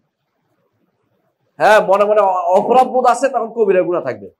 অপরাধ বোধও নাই আপনার, তখন আপনি দাসত্ব। আপনি তখন ফুটবলের দাসত্ব করছেন, আপনি তখন অমুকের দাসত্ব করছেন। দুনিয়ার বুকে মানুষ চাকরির দাসত্ব করে, চাকরির দাসত্ব করে, টাকার দাসত্ব করে, যেটা হাদিসে আসলো, টাকার দাসত্ব করে। যখন আপনি টাকার জন্য দুনিয়া সব ব্যয় করতে রাজি আছেন, সালাত নাই, যাকাত, সওম নাই, হজ নাই, কিচ্ছু নাই, টাকার পিছনে দৌড়াচ্ছেন, আপনি টাকার দাসত্ব করতেছেন, কোনো সন্দেহ নেই। কারণ আপনার কাছে টাকার ভালোবাসা অনেক বেশি। টাকা এমন এক জিনিস, রাসূলুল্লাহ সাল্লাল্লাহু আলাইহি ওয়াসাল্লাম বলেছেন, হুলুওয়াতুল খাদিরা, দুনিয়ার এমন যে মিষ্টি, শস্য শ্যামল, সবুজ শ্যামল, দেখতে মজা লাগে, যার কোটি কোটিপতি যে ব্যক্তি, সে ব্যক্তি যাকাত দেয় না। কেন দেয় না জানেন? যাকাত দিলে কমে যাবে, দেখতে খুব সুন্দর লাগে, এই টাকা কমানো যাবে না। এর অর্থ হচ্ছে এই ব্যক্তি নিঃসন্দেহে, কোনো সন্দেহ নাই, দাসত্ব করছে। কার? টাকার দাসত্ব করছে। টাকার দাসত্ব মানুষ করে, রাসূলুল্লাহ সাল্লাল্লাহু আলাইহি ওয়াসাল্লাম ঘোষণা, সেটা রাসূলুল্লাহ ঘোষণা দিয়েছেন। টাকার দাসত্ব, কাপড়ের দাসত্ব করে, অমুক আসছে কাপড় আসছে, অমুক ধরনের কাপড় আসছে, ওইটা দাসত্ব করে। জ্বালাই মারতেছে আপনার স্ত্রী, আপনার কন্যা, যে অমুক কিনে দিতে হবে, অমুকের কাপড় কিনে দিতে হবে। তারা হয়তো না বুঝে করছে, আপনি তাকে বুঝিয়ে বলবেন জিনিসটা কি, আসলে কি। যদি এটার জন্য সে নিজে জান দিয়ে দেয়, বুঝবেন যে আল্লাহর চেয়ে বেশি ভালোবাসা হচ্ছে, তখন তার সেটা দাসত্বে পরিণত হয়ে গেছে। এই সব থেকে মুক্ত হতে পারবেন যখন সালাতে আসবে। একমাত্র একজনের দাসত্ব করব, আর কারো দাসত্ব করব না। তিনি হচ্ছে রব্বুল আলামিন। কিভাবে? যখন আপনি বলবেন আল্লাহু আকবার। আল্লাহ সব কিছুর চেয়ে বড়, দুনিয়ার এই সমস্ত পাপ পঙ্কিল জিনিস থেকে বড়, কাপড় চেয়ে বড়, টাকার চেয়ে বড়, চাকরির চেয়ে বড়, দুনিয়ার বিধিবিধানের চেয়ে বড়, শয়তানের চেয়ে বড়, প্রবৃত্তির টানার চেয়ে বড়, সব কিছুর চেয়ে বড়। যখন আল্লাহু আকবার বলবেন, আকবার অর্থে সব কিছুর চেয়ে বড়, তিনি সব কিছুর চেয়ে বড়। এই আকবারটা যখন আসে, তাহলে মনে রাখতে হবে কি আকবার আসলে আমি মন থেকে বলছি কিনা। এই জন্য যখন আলী রাদিয়াল্লাহু আনহু আল্লাহু আকবার বলতেন, তার মধ্যে কম্পন আসতো। জিজ্ঞাসা করেন, আপনি কাঁপেন কেন? বলে, আমি চিন্তা করছি যে আমি আসলে আকবার বলছি মুখে, আমার অন্তর কি আল্লাহকে বড় করে তুলছে কিনা, আল্লাহকে আমি সবকিছুর চেয়ে বড় করে তুলছি কিনা। এই জন্য আকবার বলতেন, তারা বুঝতেন যে আকবার অর্থ কি। তিনি সবকিছুর চেয়ে বড়, তিনি ক্ষমতার দিক থেকেও বড়, সম্মানের দিক থেকেও বড়, অবস্থানের দিক থেকে উপরে, এবং তিনি আসলেই বড়। কারণ আসমান জমিন সবকিছু তার হাতের মুঠো। হাসরের দিন সমস্ত জমিন হবে তার মুঠের ভিতরে, মুঠের ভিতরে। আর আসমান সমূহ পেঁচানো থাকবে ডান হাতে। আসলে বড় না তিনি? অবশ্যই বড়। এই বড়র ইবাদত করার জন্য তিনি যে আমাকে পথ দেখিয়েছেন, আল্লাহ শুকরিয়া আদায় করা দরকার। যে মহান সত্তার ইবাদত করতে আমি পেরেছি, আমি এসে আল্লাহু আকবার বলতে পেরেছি, এটা আমার জীবনের বড় সাফল্য যে আমি আল্লাহু আকবার বলতে পেরেছি। আল্লাহু আকবার বলা এটা আমার জীবনের বড় রহমত এবং বরকত যে আমি পড়তে পেরেছি। তারপর যখন বলবেন সুবহানাকাল্লাহুম্মা, সুবহানাকাল্লাহুম্মা ওয়া বিহামদিকা ওয়া তাবারাকা ইসমুকা ওয়া তাআলা জাদ্দুকা ওয়া লা ইলাহা গায়রুকা। সুবহানাক, তাসবিহ পাঠ করতেছেন আল্লাহ। এটা কিন্তু আপনি আর কারো দিকে যাচ্ছেন, একমাত্র আল্লাহমুখী, একমুখী। আল্লাহ আপনার পবিত্রতা, আল্লাহ আপনার প্রশংসা, তিনটা একসাথে হয়ে গেছে। তাকবীরের পরে তাসবিহ, তাসবিহ পরে তাহমিদ, অর্থাৎ আলহামদুলিল্লাহ, তিনটে একসাথে হয়ে গেছে। বিশাল জিনিস। কিন্তু আপনি সালাতের শুরুতেই আল্লাহ সবচেয়ে প্রিয় তিনটি জিনিস আপনি উচ্চারণ করলেন। একটা হচ্ছে আল্লাহু আকবার, তারপরে সুবহানাল্লাহ, তারপর আলহামদুলিল্লাহ। কেমনে বলেন? সুবহানাকাল্লাহুম্মা ওয়া বিহামদিকা ওয়া তাবারাকা ইসমুকা, তার নামের শ্রেষ্ঠত্ব ওয়া তাআলা জাদ্দুকা ওয়া লা ইলাহা গায়রুকা। এরপরে আবার শুরু করলেন। যদি আরো বেশি পড়েন, নিজে নিজে যখন নফল সালাত পড়ে তখন কিন্তু বেশি পড়তে পারে, অন্য সময় বেশি পড়ার নিয়ম নাই। সেটা কি? যদি পড়ে কেউ ইন্নী ওয়াজ্জাহতু ওয়াজহিয়া লিল্লাযী ফাতারাস সামাওয়াতি ওয়াল আরদি হানিফা ওয়া মা আনা মিনাল মুশরিকিন, আমি আমার চেহারা শুধু এক সত্তার দিকে ফিরাচ্ছি, যে সত্তা আসমান জমিন সব সৃষ্টি করেছে। বড়টা বলার অর্থ আমি ছোট ক্ষুদ্র, আমাকেও সৃষ্টি করেছেন তিনি, তিনি ব্যতীত কারো আবাদত আমি করি না, তারই শুধুমাত্র আবাদত করি, তিনি ব্যতীত আর কারো আবাদত আমি করব না। আমি মুশরিকদের অন্তর্ভুক্ত নই, যারা শিরক করে তাদের মধ্যে নয়।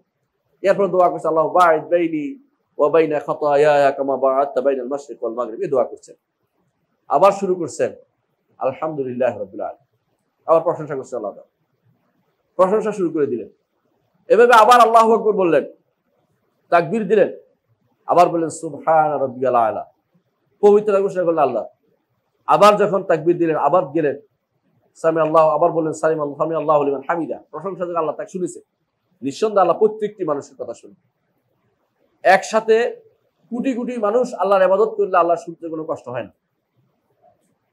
আমরা একজনের কথা শুনি বলে যে আরেকজন চুপ থাকো, আমি এটা শুনে শেষ করি, কিন্তু আল্লাহ তাআলা তিনি একসাথে লক্ষ কোটি কোটি মানুষের আরজি শুনেন, কোনো সমস্যা তার হয় না, সবার কথা তিনি শুনতে পারেন। এইটা দিয়ে চিন্তা করে হাসর মাঠে বিচার কেমনে হবে, একসাথে তিনি কোটি কোটি মানুষের বিচার তিনি সম্পন্ন করতে পারবেন। এই জন্য তিনি সারিয়র হিসাব, দ্রুত হিসাব গ্রহণকারী। আপনার কাছে মনে হতে পারে কিয়ামত আদম থেকে শুরু করে শেষ পর্যন্ত, মানুষ বলে আদম থেকে ঈদন মানে শেষ পর্যন্ত যত পুরো সময় এত মানুষের তিনি হিসাব কিভাবে নিবেন, কারণ তিনি তো আল্লাহ। আপনার হিসাব নেওয়া কঠিন, একজন একজন করে নিতে হয়, তিনি একসাথে লক্ষ কোটি মানুষের সুস্থ হিসাব দিবেন, কোনো সমস্যা নেই। ও সারিয়র হিসাব, দ্রুত হিসাব গ্রহণকারী তিনি। বুঝলে তার মহত্ব সম্পর্কে ধারণা হবে, তার বড়ত্ব সম্পর্কে আপনার উপলব্ধি আসবে। তারপর কি বলেন, আল্লাহু আকবার বলে আবার রুকুতে সিজদায় গেছেন, সুবহান রাব্বিয়াল আযীম, সুবহান রাব্বিয়াল আযীম দুটোই পড়লেন। সিজদায় পড়লেন সুবহান রাব্বিয়াল আলা, আর রুকুতে হলো সুবহান রাব্বিয়াল আযীম। এইটা যখন পড়ছেন, আপনার আল্লাহকে কিন্তু বড় করে তুলছেন, আল্লাহর মহত্ব বর্ণনা করছেন। তিনি আলা, সর্বোচ্চ সত্তা তিনি। আপনার তাকে আর কোনোদিন বলবেন না যে তিনি পৃথিবীর ভিতরে, বলবেন না সব জায়গায়, বলবেন না। আপনি বলবেন যে তিনি অবশ্যই আলা, আলা অর্থ উপরে, সব কিছুর উপরে, যত উপরে কল্পনা করা যায় তারও উপরে তিনি। আরশের উপরে, কারণ সর্বোচ্চ সৃষ্টি হচ্ছে আরশ, আরশের নিচে হচ্ছে জান্নাতুল ফেরদাউস, আরশের নিচে জান্নাতুল ফেরদাউস, আরশের সামনে আছে কুরসি। এই কুরসিতে আসমান এবং জমিন সব জায়গা হয়। কুরসিতে 7টা মুদ্রার মতো আসমান এবং জমিন, আর আরশের সামনে কুরসি আর 7টা মুদ্রার মতো ছোট, এত বড়। আর রব্বুল আলামিন আরশের উপরে, এটা আপনার মনে হবে তখন। কারণ এই জন্য আয়াতুল কুরসি পড়লে জান্নাত যাবে কেন, এমনি আয়াতুল কুরসি পড়লেও জান্নাত যাবে, এটা কাফের পড়লেও জান্নাত চলে যাবে, বুঝতে হবে কেন, কারণ আপনি আল্লাহর মহত্ব সম্পর্কে আপনার ধারণা আসছে, আল্লাহর বড়ত্ব আপনি বুঝতে পারছেন। আপনি বুঝছেন যে ওয়াসা কুরসিয়ুহুস সামাওয়াত, ওয়াসা কুরসিয়ুহুস সামাওয়াত, তার ওয়াসা কুরসিয়ুহুস সামাওয়াতি ওয়াল আরদ, আসমান এবং জমিন সবই তার কুরসির ভিতরে জায়গা। এই মহান রব্বুল আলামিনের জন্য আপনি ইবাদত করতেছেন, আপনি অবশ্যই এই যখন ইবাদত আপনি করতে পারবেন, আপনার কাছে দুনিয়ার সবার দাসত্ব আপনার কাছে কিছুই মনে হবে না। যতই আপনাকে দুনিয়ার সবকিছু আপনাকে টানে, আপনি বলবেন যে না, আমি তো আমার আল্লাহর ইবাদত করি, একমাত্র আল্লাহর দিকে যাই। সেজদায় যখন যান, আপনার সমস্ত শরীর আপনি একমাত্র আল্লাহর জন্য নিবেদিত করেন। যখন এটা হবে, দুনিয়ার সবকিছু আপনার কাছে কিছুই মনে হবে না। একটি ঘটনা বলি, রাবিঈ ইবনে আমির রাদিয়াল্লাহু আনহু, কাদেসিয়ার যুদ্ধে রুস্তুম ডেকেছে, আসো তোমাদের সাথে কথা হবে আগে, যুদ্ধের আগে। তিনি ভিতরে যায়, দেখলেন যে বিশাল করে সাজানো, একেবারে লাল গালিচা, এইটা ওইটা দিয়ে, হাতের মধ্যে তিনি লাঠি ছিলেন, লাঠিটা ছিদ্র হয়ে যায় এরকম। যাওয়ার সময় তিনি বলে আমি ঢুকবো, বলে না, লাঠি নিয়ে ছিদ্র করে ঢুকতেছেন আপনি, কি এটা? বলে এইভাবে ঢুকবো, নাহলে আমি চলে যাবো। বলে ঠিক আছে, এইভাবে ঢুকো। বলে না, রুস্তম বলছে এইভাবে ঢুকতে দাও তাকে, ঢুকবে কি করে? তিনি এইভাবে এইভাবে করতে করতে ঢুকলেন, ভালো করে ছিদ্র করে করে ঢুকলেন, ভালো করে ছিদ্র করে ঢুকলেন। বলছে কি জন্য আসছো? বলে আসছি এই মাটি আমাদের নেওয়া দরকার। এক মাটি দিয়ে দেখো, নিয়ে যান। তো মাটি তো নিলাম, মাটি অর্থ হলো তোমাদের জায়গা আমি দখল করে দেবো, তোমাদের জায়গা দখল করে, এই মাটি আল্লাহর ভূমি হবে, তোমাদের দাসত্ব ভূমি হবে না। তিনি এটা বলে দিলেন। তার কাছে মনে হলো এই যে এত সুন্দর গালিচে বিছে, সেগুলি কোনো মূল্য নাই, আমার লাঠির মূল্য আরো ভালো, ইমানদার লাঠি আরো বেশি মূল্যবান, সেটা দিয়েছে। কারণ তখন তার কাছে এগুলো মূল্যবান থাকে না। তখন দুনিয়ার সব তারা ত্যাগ করতে রাজি হয়েছে সাহাবায়ে কেরাম, কিন্তু ইমানের সামনে তাদের কাছে কোনো কিছু তাদেরকে বিপদ করতে পারে নাই, এদিক সেদিক করতে পারে নাই। কারণ তারা আল্লাহকে ভালোবেসেছেন, একমাত্র তারই দাসত্ব করেছেন। যে ব্যক্তি একমাত্র আল্লাহ দাসত্ব করবে, তার কাছে কোনো কিছু আর অবশ্যই থাকে না। যখন আপনি আত্তাহিয়াতু লিল্লাহি করছেন, একটি শব্দ দেখেন কত চমৎকার, আত্তাহিয়াতু লিল্লাহ ওয়াস সালাওয়াতু ওয়াত তাইয়্যিবাত, আল্লাহর জন্য তাহিয়া, তাহিয়া অর্থ কি? সম্মান মর্যাদা যা আছে সব আল্লাহর জন্য দিচ্ছে। সম্মান মর্যাদা তার জন্য। আমরা দুনিয়ার বুকে বের হয়ে আসেই একটা সেলুট মেরে, বড় করে সেলুট মেরে, হ্যাঁ, এমন ধরে সেলুট মেরে অনেক সময় দেখা যায় যে সিদ্ধ করে ফেলতেছে কেউ কেউ। এই সেলুট কিন্তু কবরের নিচে কোনো কাজ দিবে না। উপরে যত বড় সেলুট মারেন না কেন, কবরের নিচে কোনো কাজ হবে না। আল্লাহর জন্য সে সালাত আদায় করছে কিনা সেটা কাজ লাগবে। আর তাহিয়াতু লিল্লাহ, আল্লাহর জন্য হবে সমস্ত তাহিয়া। বহু বছর তাহিয়া সম্মান, অর্থাৎ তাহিয়া কি? সালাম, অভিবাসন, এটা একমাত্র আল্লাহর জন্য। আত-তাহিয়াতু লিল্লাহ, আল্লাহ যাকে বলছে তাকে বলতে বলবে। ইমানদারকে সালাম দেবে, কাফের দিতে পারবে, নিষেধ করেছে। এই জন্য, কারণ আসসালাম মিনাল্লাহ, আল্লাহর পক্ষ থেকে আসে। আত-তাহিয়াতু লিল্লাহ ওয়াস সালাওয়াতু ওয়াত তাইয়্যিবাতু, যাবতীয় সালাত, যাবতীয় তাইয়্যিবাত, ভালো কাজ সবই আল্লাহর জন্য। আপনি ঘোষণা দিচ্ছেন। এটা অনুবাদ করে আমাদের দেশে যে আমার বিশ্বাসে যেটা আছে সেটা, কর্মে যেটা করি সেটা, মুখে যেটা বলি সেটা, 3 রকমের সবকিছু আল্লাহর জন্য। এই অনুবাদ ব্যাখ্যা করতে পারে, কোনো সমস্যা নেই। মূল অর্থটা বোঝা দরকার। এর অর্থ হচ্ছে অভিবাসন আল্লাহর জন্য, যত ইবাদত সব আল্লাহর জন্য, ভালো যত কাজ করি সব আল্লাহর জন্য। এইভাবে আল্লাহর জন্য আপনি সবকিছু নিবেদন করার পরে সবশেষে আবার দোয়া করেন, ইস্তেগফার করেন, ক্ষমা প্রার্থনা করেন আল্লাহর কাছে, আশ্রয় চাচ্ছেন। আপনি তো আল্লাহর আসল বান্দা। আল্লাহ আপনাকে এইটুকু আনতে পেরেছে, আল্লাহর শুকরিয়া আদায় করেন। আলহামদুলিল্লাহ যে আমি সেজদাটা দিতে পেরেছি। আলহামদুলিল্লাহ তিনি লক্ষ লক্ষ মানুষের মধ্যে আমাকে তিনি চয়ন করেছেন তার সেজদা দেওয়ার জন্য, তার সামনে দাঁড়ানোর জন্য, এবং তার কাছে আমি জীবনের সবকিছু নিবেদন করব, এটা বলার জন্য তিনি নিয়ে আসছেন আমাকে। এটা আল্লাহ শুকরিয়া আদায় করা দরকার। এই জন্য একজন মানুষ যখন সালাত আদায় করে, দুনিয়ার সমস্ত দাসত্ব থেকে মুক্ত হয়ে একমাত্র আল্লাহ দাসত্ব করে, আর কারো দাসত্ব করে। আইজ ইবনে আব্দুস সালাম রাহমাতুল্লাহ আলাইহি একজন বড় ইমাম ছিলেন, আলেম দ্বীন। তিনি একবার দেখলেন তার বাড়ির উপরে ছাদে উঠে দেখেছেন যে মালিক আইয়ুব তো তিনি, আমরা নাম শুনে সালাহউদ্দিন আইয়ুবী, তার ছেলে। তাদের দেখলেন যে ওনারা কি করতেছে, বিশাল বহর নিয়ে যাচ্ছে তার বিশেষ সম্মানের। বিভিন্ন লোকেরা এসে তার মাটি চুম্বন করতেছে, এটা করতেছে, ওইটাই করতেছে।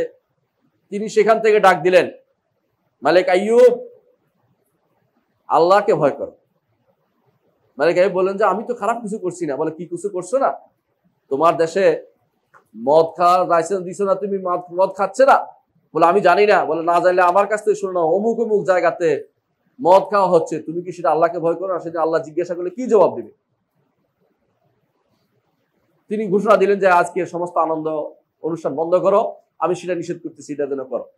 পরে জিজ্ঞাসা করা হলো মানে আব্দুল সালামকে যে আপনি ওই মুহূর্তে কেন সেটা বললেন? বলে, আমি এই জন্য বলেছি, একজন মানুষ আল্লাহ দাসত্ব যেন করে, আমি তাকে বাঁচাতে চেয়েছি।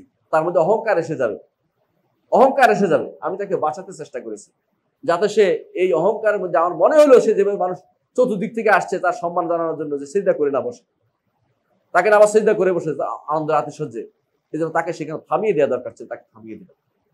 ইমানদার একমাত্র আল্লাহ দাসত্বে আনন্দ পায়, আর কোনো দাসত্ব হয়ে দেখবে তার কষ্ট হয়। অনেক মানুষ আছে বিভিন্ন পূজা পার্বণ দেখতে তার আনন্দ লাগে, নাউযুবিল্লাহ, সেখানে আল্লাহ ছাড়া দাসত্ব হচ্ছে। আপনি দেখেন কি করে, তাকান কি করে, সেখানে অন্যের দাসত্ব হচ্ছে, আল্লাহ ছাড়া অন্যের দাসত্ব হচ্ছে, আপনি তাকাইতে পারেন না। ইমানদার সেদিকে তাকাবে না, সেখানে যাবে না, মেলাতে ভিড় করবে না, আল্লাহ নিষেধ করে দিয়েছে। ওয়াল্লাযীনা হুম আনিল লাগবি মুরিদুন, লাগবে থেকে তারা মুখ ফিরিয়ে নেয়, এটা সেদিকে তাকায় না। খারাপ দেখলে তাকাইতে পারবেন না, খারাপ জায়গার দিকে তাকাবেন না, কোনো চিত্র দেখছেন তাকাবেন না, কোনো মহিলা উলঙ্গ হয়ে চলছে তাকাবেন না, ফেসবুকে অথবা কোনো আপনার বিভিন্ন জায়গাতে টেলিভিশনে খারাপ মহিলার ছবি আসে তাকাবেন না। ইমানদার অন্যায় কাজ থেকে দূরে থাকার জন্য সালাত অত্যন্ত জরুরি। এজন্য সালাত খারাপ কাজ থেকে মানুষকে দূরে রাখে। খারাপ কাজ হয়ে যাবেই। দুনিয়ার বুকে মানুষ আসছে যেহেতু, তার সামনে খারাপটা পড়বেই। এমন কোনো মানুষ বলতে পারবে না যে আমি একেবারে কোনো কিছুই জীবনে খারাপ দেখি না, তা হতে পারে, সামনে পড়বেই। কিন্তু তার দায়িত্ব হচ্ছে তা থেকে ফিরে আসে। এই সালাত আরেকটি যে উপকার কথা হচ্ছে অন্যায় অশ্লীল কাজ থেকে মানুষকে বিরত রাখে, অন্যায় অশ্লীল কাজ থেকে মানুষকে বিরত রাখে। এই বিষয়ে ইনশাআল্লাহ আমরা দ্বিতীয় খুতবা আলোচনা করব। আকুলু কাউলি হাযা ওয়া আস্তাগফিরুল্লাহ লি ওয়া লাকুম ওয়া লিসাইরিল মুসলিমিন ফাস্তাগফিরুহু ইন্নাহু হুয়াল গফুরুর রাহিম। ইন্নাল হামদালিল্লাহ নাহমাদুহু ওয়া নাস্তাঈনুহু ওয়া নাস্তাগফিরুহু ওয়া নাউযু বিল্লাহি মিন শুরুরি আনফুসিনা ওয়া মিন সাইয়্যাতি আমালিনা। মান ইয়াহদিহিল্লাহু ফালা মুদিল্লা লাহু ওয়া মান ইউদ্লিল ফালা হাদিয়া লাহু ওয়া আশহাদু আন লা ইলাহা ইল্লাল্লাহু ওয়াহদাহু লা শারীকা লাহু ওয়া আশহাদু আন্না মুহাম্মাদান আবদুহু ওয়া রাসূলুহু। আম্মা বা'দ। সম্মানিত মুসলিয়ান কেরাম, বলছিলাম সালাতের আরেকটি উপকারিতা হচ্ছে অন্যায় অশ্লীল কাজ থেকে সালাত মানুষকে দূরে রাখে এবং প্রবৃত্তির তাড়না থেকে বাঁচিয়ে দেয়। আর কিছু না হোক, যদি একটা মানুষ অন্যায় করতে থাকে সবসময়, সালাতের টাইমটা যদি সালাতটা আদায় করে, মনে রাখবেন ওই সময়টা তো সে বাঁচছে, ওই সময়টা তো সে বাঁচছে। অন্তত আপনি ঘন্টার পর ঘন্টা যখন একজন মানুষ হারাম কাজ করতেছে, সালাতের টাইমটা তো সে বেঁচে গেছে। একজন মানুষ ধরেন সারাক্ষণ কোনো একটা কাজ করে যেটা ভালো নয়, কিন্তু সালাতটা ঠিক মতো আদায় করে, এটা তার জন্য বিরাট বিরাট একটা অর্জন, যে সালাতটা ঠিক মতো আদায় করে। দিনে রাতে 5 ওয়াক্ত সালাত, সাথে যদি ওয়াক্তের সালাতের সুন্নতগুলো আদায় করে, এই সময়টুকু সে অন্তত গুনাহ থেকে বাঁচতে পারবে। আর এটা যা বলে যথাযথভাবে বুঝতে পারে, অবশ্যই সে গুনাহ থেকে বাঁচতে পারবে। আল্লাহ তাআলা বলেছেন, আকিমিস সালাহ ইন্নাস সালাতা তানহা আনিল ফাহশাই ওয়াল মুনকার ওয়া লাযিকরুল্লাহি আকবার। আল্লাহ তাআলা বলছেন, সালাত কায়েম করো, নিশ্চয়ই সালাত অন্যায় অশ্লীল কাজ থেকে মানুষকে দূরে রাখে, আর আল্লাহর জিকির তো সবচেয়ে বড়। আল্লাহ তাআলা আরো বলছেন সালাত সম্পর্কে যে ওয়াসতাবির আলাইহা, সবর করুন, সালাতের উপর সবর করুন। কারণ সালাত যদি কোনো আপনাকে লেগে থাকতে পারেন, তাহলে আপনি অন্যায় কাজ থেকে দূরে থাকতে পারবেন। এই সময়টা ধর, যেই সময়টা আপনি তাসবিহ পাঠ করেন, ওই সময় যদি অন্যায় কাজ দূরে থাকেন, তাসবিহটা কাজে লাগিয়ে গেল, সময়টা আপনার কাজে লাগলো। সময় হিসাব দিতে হবে আপনাকে, প্রতিটা মুহূর্তের হিসাব দিতে হবে আপনাকে, কি করেছেন। আন উমরিহি ফিমা আফনা, যে জীবনটা কিসে ব্যয় করেছি, সালাতে ব্যয় করেছি বলতে পারেন, এটুকু তো বাঁচতে পারবেন। তাহলে একজন মানুষ অন্যায় অশ্লীলতার কাছ থেকে সাধারণভাবে বাঁচার একটা উপায় হলো সালাত। আর বেশির বাঁচা কিরকম, রাসূলুল্লাহ সাল্লাল্লাহু আলাইহি ওয়াসাল্লাম বলেছেন, এক লোক রাসূলুল্লাহ সাল্লাল্লাহু বলছে, ইয়া রাসূলুল্লাহ, অমুক ব্যক্তি সালাত আদায় করে, কিন্তু সকাল হলে চুরি করে, রাতে সালাত আদায় করে, সকালে চুরি করে। রাসূলুল্লাহ সাল্লাল্লাহু আলাইহি ওয়াসাল্লাম বললেন যে অবশ্যই তুমি যা বলেছো তা সত্য হয়, তাহলে অবশ্যই সে একসময় চুরিও ত্যাগ করবে। কারণ কতবার মিথ্যাচার করবে, কতবার আল্লাহর সাথে ওয়াদা ভঙ্গ করবে, প্রতিবার বলতেছে ইহদিনাস সিরাতাল মুস্তাকিম, আল্লাহ আমাকে সরল পথ দেখান, পরশোধ দিয়ে দেন যে পথে আমি চলতে পারি। আবার সে অন্যায় করতে পারে না, কিছুক্ষণ পর হলেও তার মধ্যে ভাবোদয় হবে, পড়তে পড়তে তার মধ্যে অবস্থা হবে। অনেকে বলে অমুকে তো ভালো মানুষ, কিন্তু নামাজ পড়ে কিন্তু খুব খারাপ, নামাজটা ঠিক মতো পড়া হচ্ছে না, অর্থ বুঝে না। এই জন্য আমার ছোট্ট একটা বই আছে, আপনারা দেখেছেন, সালাত জেনে বুঝে পড়ুন, সালাত জেনে বুঝে পড়ুন, একটা ছোট বই, বেশি বড় না, আপনারা নিয়ে পড়ে দেখবেন, এটা বুঝতে পারবেন যে সালাত পড়লে কি লাভ। আপনি যদি একজন মানুষ যদি অর্থ বুঝে, সে সালাতটাকে একটা প্রথা মনে করবে না। কথা বুঝেন কিনা, অনেকে দেখছে তার বাপও সালাত আদায় করে, সেও সালাত আদায় করে, অথবা সমাজে তার একটা ভালো গুডউইল আছে, এটা নষ্ট করে না। সমাজপতিরা কি বলবে, মানুষে কি বলবে সালাত না পড়লে, অথবা তার দরকার ভবিষ্যৎ নির্বাচনে তার দরকার হবে, বিভিন্ন কারণে সালাত আদায় করে। কিন্তু যদি অর্থ বুঝে কেউ সালাত আদায় করে, সে কিন্তু এই বিপদে পড়বে না। অর্থ বুঝলে সে বুঝবে যে আসলে আমি যা যেদিকে ফিরাচ্ছি সেটা নয়, আমি আল্লাহ দাসত্বের জন্য সালাত আদায় করছি। রাসূলুল্লাহ সাল্লাল্লাহু আলাইহি ওয়াসাল্লাম বলেছেন, সাতামনাহু সালাতু, অচিরেই তার সালাত তাকে খারাপ কাজ থেকে দূরে রাখবে। হাসান বসরি রাহমাতুল্লাহ আলাইহি বলেন, as-salatu iza lam tanha anil fahsha wal munkar lam tajid sahiba illa bu'dan। যেই সালাত মানুষকে খারাপ কাজ থেকে দূরে রাখতে পারে না, সেই সালাত আসলে তাকে আরো দূরে ছেড়ে দিবে। অর্থাৎ সালাত যেহেতু বুঝে নাই, সেই জন্য সে অন্যায় কাজে লিপ্ত হয়ে যায়। আর সালাত অবশ্যই মানুষকে ভালো কাজ থেকে খারাপ কাজ থেকে দূরে রাখে, ভালো কাজে নিয়ে যাবে। এর প্রমাণ হচ্ছে শুআয়ব আলাইহিস সালাতু ওয়াস সালাম, তিনি কি করতেন, বেশি বেশি সালাত আদায় করতেন। তখন তার কওমের লোকেরা কি করতো, ওজনে কম দিত, আর আল্লাহ ছাড়া অন্য আরো ইবাদত করতো, মূর্তি পূজা করতো। তিনি তাদেরকে নিষেধ করে, এটা করিও না। তখন তারা বলল যে এই লোকটা আসলে সালাতে রেখে আমরা করতে বাধ্য করছি, এতদিন তো ভালোই ছিল, সালাত আদায় করার কারণে বলতেছে, সালাতটা তাকে আমাদের কর্মকাণ্ড হইতে নিষেধ করতেছে। তখন তারা বলেই বসলো, ইয়া শুআয়ব আস-সালাতুকা তা'মুরুকা আন নাতরুকা মা ইয়াবুদু আবাউনা আও আন নাফআলা ফি আমওয়ালিনা মা নাশা। শুআয়ব, এই সালাতে যত নষ্টের মূল, তোমার সালাতটাই তোমাকে নিষেধ করতেছে, আমরা যেটা করি খারাপ দেখতে, আমরা তো ভালোই করতেছি। ব্যবসা, মানুষ বলে না ব্যবসা হচ্ছে বুদ্ধিমত্তার কাম, বুদ্ধিমত্তা কম দিচ্ছি, বেশি টাকা নিচ্ছি, বুদ্ধিমত্তা, আমার ব্যবসা এটা। তুমি সালাত পড়ো দেখি তোমাকে এটা নিষেধ করতেছে, তুমি সালাত বন্ধ করে দাও, তোমার আমার মতো হয়ে যাবে, সমান হয়ে যাবে। আসসালাতুকা তা'মুরুকা আন নাতরুকা মা ইয়াবুদু আবাউনা, সালাত নিষেধ করতেছে তোমাকে আমাদের মতো ইবাদত করতে মূর্তিগুলো, তুমি সালাত ছেড়ে দাও, আমাদের মতো মূর্তি পূজা করতে তোমার সমস্যা হবে না। বিশ্বাস করো, এটাই বাস্তবতা। তাই সালাত আদায়কারী অর্থ আল্লাহর সাথে অর্থ বুঝে যে ব্যক্তি সালাত আদায় করবে, সে ব্যক্তি কখনো আর কারোর সামনে মাথা নত করতে শিখবে না, দাঁড়াবে না। সে কোনো মূর্তি দেখলে তার কাছে কষ্ট লাগবে, মূর্তি পূজা হতে দেখলে তার মনে কলজে ছিঁড়ে যাবে, হায় রে কি হচ্ছে, মানুষগুলো জাহান্নামের কীট হচ্ছে ধীরে ধীরে, তার কষ্ট হবে তার শুধুমাত্র। কেন? সে আল্লাহর জন্য দাঁড়ায়, সে আর কারোর জন্য দাঁড়ায় না। তার কাছে মনে হবে যে এটা হতে পারে না।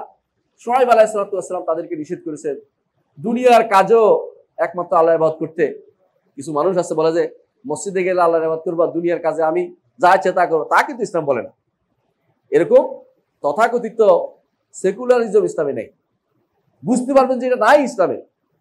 এই জন্য শুআয়ব আলাইহিস সালাতু ওয়াস সালামের নমুনা, তারা বলতেছিল যে সালাত বোধ হয় তোমার সালাতটাই বোধ সমস্যা করেছে, সালাত পড়া দেখে তুমি আমাদের বিরোধিতা করতেছ, দুনিয়ার কাজ আমরা যা ইচ্ছে তা করবো। আও আন্নাফআলা ফি আমওয়ালিনা মা নাশা, সম্পদ দিয়ে আমরা যা ইচ্ছে তা করে বেড়াবো। কেউ এমএলএম করবে, হ্যাঁ, কেউ বিভিন্ন রকমের নাম দিয়ে, বিবেলি কত রকম নাম বের হয়েছে এখন, এগুলি দিয়ে করে বেড়াবে। আপনি আর তো সালাতে হুজুর হয়ে এত কথা বলেন কেন? দুনিয়ার কাজ আমরা ভালো বুঝি, ব্যবসা আমরা ভালো বুঝি, ব্যবসা আমরা চঞ্চল করতেছি, ব্যবসায়িক হারাকা, হ্যাঁ, চঞ্চল করতেছি আমরা, মানুষের জন্য আমরা খোরাকের ব্যবস্থা করতেছি, কর্মসংস্থান করতেছি, কত রকমের নাম দিবে। কিন্তু এগুলো যে শরীয়ত আল্লাহর কথার বিরুদ্ধে, ওই ব্যক্তি বুঝবে যে ব্যক্তি আল্লাহর ইবাদত করে একমাত্র, তার কথাই শুনে সে চিন্তা করে যে এর বাইরে চলা আমার পক্ষে সম্ভব না। আলা ওয়া সাল্লু আলা সাইয়্যিদিল বাশারিয়্যা মুহাম্মদ ইবনে আব্দুল্লাহ كما أمر الله عز وجل في كتابه وثنى بملائكة المسبحات القدسي وثلث بكم أيها المؤمنون فقال تعالى مخبرا وآمرا إن الله وملائكته يصلون على النبي يا أيها الذين آمنوا صلوا عليه وسلموا تسليما وقال النبي صلى الله عليه وسلم من صلى علي مرة صلى الله عليه بها عشرا اللهم صل على محمد وعلى آل محمد كما صليت على إبراهيم وعلى آل إبراهيم إنك حميد مجيد اللهم بارك على محمد وعلى آل محمد كما باركت على إبراهيم وعلى آل إبراهيم إنك حميد مجيد اللهم ارض عن الخلفاء الراشدين أبي بكر وعمر وعثمان وعلي وعن سائر الصحابة والتابعين رضوان الله عليهم أجمعين اللهم اغفر لنا ولإخواننا الذين سبقونا بالإيمان ولا تجعل في قلوبنا غلا للذين آمنوا ربنا إنك رؤوف رحيم اللهم اغفر لنا أجمعين আল্লাহ আমাদের সবাইকে ক্ষমা করে দিন। আল্লাহ আমাদের সবাইকে আপনি সুস্থ দান করুন। আল্লাহ আমাদের করোনা থেকে হেফাজত করুন। আল্লাহ আমাদের অনেক ভাই করোনাতে কষ্টে আছে, আল্লাহ তাদেরকে হেফাজত করুন। আল্লাহ আমার ক্যামেরাম্যান সুস্থ, করোনা আক্রান্ত কিনা জানি না, তার পরিবার সবাইকে আপনি সুস্থ দান করুন। আল্লাহ আমাদের সবাইকে আপনি সুস্থ দান করুন। আল্লাহ আমাদের সমস্ত কর্মকাণ্ড আপনি আপনার পথে পরিচালিত করুন। আমাদেরকে আপনার সালাতকে যথাযথ বুঝে আদায় করার তৌফিক দান করুন। একমাত্র আপনার দাসত্ব করার তৌফিক দান করুন। দুনিয়া এবং আখিরাতে যেন মর্যাদাপূর্ণ হতে পারে দাসত্ব করে, সেই তৌফিক আমাদের দিন। আল্লাহ আমাদের যুব সমাজকে দিনের উপর রাখুন, আমাদের বৃদ্ধদেরকে দিনের উপর রাখুন, আমাদেরকে আপনার পথে রাখুন। আমাদেরকে ক্ষমা করে দিন, আমাদের জীবনের সমস্ত গুনাহ ক্ষমা করে দিন। আমাদেরকে আখিরাতের সমস্ত জায়গাতে আপনি সহযোগিতা করুন। আল্লাহ দুনিয়া থেকে যাওয়ার পরে আপনি ছাড়া কেউ থাকবে না, আপনি আমাদের সহযোগিতা করবেন। আল্লাহ আপনি আমাদের কবরের আযাব থেকে হেফাজত করবেন। হাশরের মাঠের কষ্ট থেকে আপনি আমাদের বাঁচিয়ে দিন। আমাদেরকে বিনা কষ্টে ফুলসিরাত পার হওয়ার তৌফিক দান করুন। আল্লাহ আমাদেরকে জান্নাতে যাওয়ার পথ আপনি দেখিয়ে দিবেন। আল্লাহ আমাদেরকে জান্নাতের সর্বোচ্চ মর্যাদা আপনি দান করুন। আল্লাহুম্মা আগফির ওয়ারহাম আনতা খায়রুর রাহিমিন। ইবাদাল্লাহ রাহিমাকুমুল্লাহ। ইন্নাল্লাহা ইয়া'মুরু বিল আদলি ওয়াল ইহসান ওয়া ইতা'i যিল কুরবা ওয়া ইয়ানহা আনিল ফাহশা'i ওয়াল মুনকারি ওয়াল বাগই ইয়া'যুকুম লা'আল্লাকুম তাযাক্কারুন ওয়া লাযিকরুল্লাহি আকবার আল্লাহু ইয়া'লামু মা তাসনাউন।